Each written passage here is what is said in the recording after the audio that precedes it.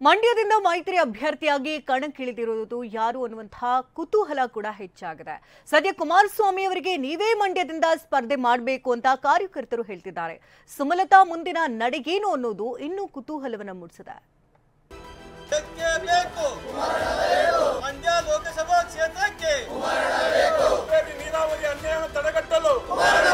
ಇಲ್ಲಿ ಮಂಡ್ಯ ಜಿಲ್ಲೆ ಜನತೆಗೂ ನಾವು ಉತ್ತರ ಕೊಡಬೇಕಾಗ್ತದೆ. ಹಾಗಾಗಿ ಒಂದು ದಿನಗಳ ಕಾಲ ಸಮಯ ಕೇಳಿದ್ದಾರೆ ತಂದೆಯವರು.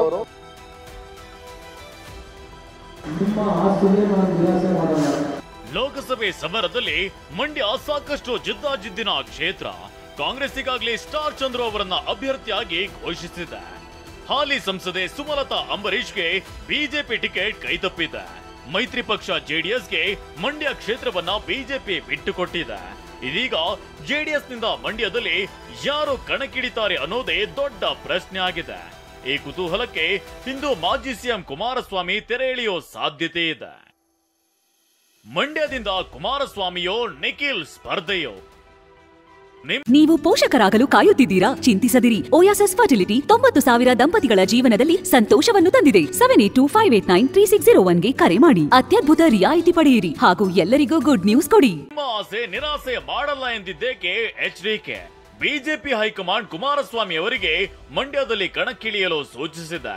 ಹೃದಯ ಶಸ್ತ್ರಚಿಕಿತ್ಸೆಗೆ ಒಳಗಾಗಿ ನಿನ್ನೆ ಆಸ್ಪತ್ರೆಯಿಂದ ಡಿಸ್ಚಾರ್ಜ್ ಆದ ಕುಮಾರಸ್ವಾಮಿ ಪರ ಬೆಂಬಲಿಗರು ಬ್ಯಾಟಿಂಗ್ ಮಾಡಿದ್ದಾರೆ.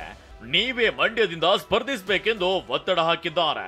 ಇದಕ್ಕೆ ಪ್ರತಿಕ್ರಿಯಿಸಿರೋ ಕುಮಾರಸ್ವಾಮಿ, ಇವತ್ತು ಚನ್ನಪಟ್ಟಣ ಮುಖಂಡರೊಂದಿಗೆ ಚರ್ಚೆ ಮಾಡ್ತೀನಿ. ನಿಮ್ಮ ಆಸೆಯನ್ನ ನಿರಾಸೆ ಮಾಡಲ್ಲ ಅಂತ ಹೇಳಿರೋದು ಕುತೂಹಲಕ್ಕೆ ಕಾರಣವಾಗಿದೆ. ನಿಖಿಲ್ ಅವರ ತಂದೆಯ ಮಾತಿಗೆ ದನಿಗೂಡಿಸಿದ್ದಾರೆ. ನಿಮ್ಮ ಆಸ್ತಿಗೆ ನಾನು ನಿರಾಸೆ ಮಾಡಲ್ಲ.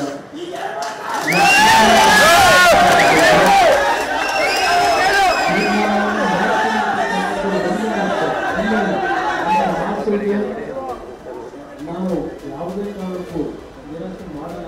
ಅಂದ್ರೆ ಅಲ್ಲಿ ರಾಮನಗರ ಜಿಲ್ಲೆ ನಮ್ಮ ಚನ್ನಪಟ್ಟಣದವರೆಗೂ ಉತ್ತರ ಕೊಡಬೇಕಾಗ್ತದೆ. ಇಲ್ಲಿ ಮಂಡ್ಯ ಜಿಲ್ಲೆ ಜನತೆಗೂ ನಾವು ಉತ್ತರ ಕೊಡಬೇಕಾಗ್ತದೆ. ಹಾಗಾಗಿ ಒಂದು ದಿನಗಳ ಕಾಲ ಸಮಯ ಕೇಳಿದ್ದಾರೆ ತಂದೆಯವರು. ಎಲ್ಲ ನಮ್ಮ ಪಕ್ಷದ ಮುಖಂಡರು, ಚನ್ನಪಟ್ಟಣದ ಮುಖಂಡರು ನಾಳೆ ಬರ್ತಾ ಇದ್ದಾರೆ. ಅವ್ರ ಜೊತೆ ಕೂತು ಚರ್ಚೆ ಮಾಡಿ ಯಾರಿಗೂ ನಿರಾಸೆ ಉಂಟು ಮಾಡದೇ ಇರತಕ್ಕಂಥ ಒಂದು ಹಿನ್ನೆಲೆಯಲ್ಲಿ ನಾವು ಒಂದು ತೀರ್ಮಾನ ಕೈಗೊಳ್ಳುತ್ತೇವೆ. ಮಂಡ್ಯ ಬಿಟ್ಟು ಹೋಗೋ ಮಾತೇ ಇಲ್ಲ ಎಂದು ಸುಮಲತಾ ಪಟ್ಟು ಹಿಡಿದಿದ್ದಾರೆ. ಇದು ದಳ ನಾಯಕರಿಗೆ ತಲೆನೋವಾಗಿದೆ. ಹೀಗಾಗಿ ಸುಮಲತಾರನ್ನ ಶೀಘ್ರವೇ ಭೇಟಿಯಾಗಿ ಮನವೊಲಿಸಲು ಪ್ಲಾನ್ ಮಾಡಿದ್ದಾರೆ.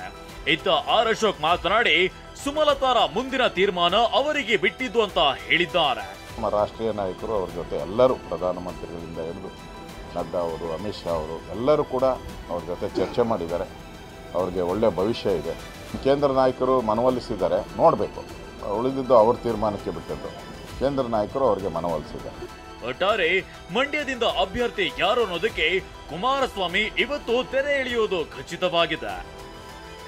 Bureau report, ಟಿವಿ9.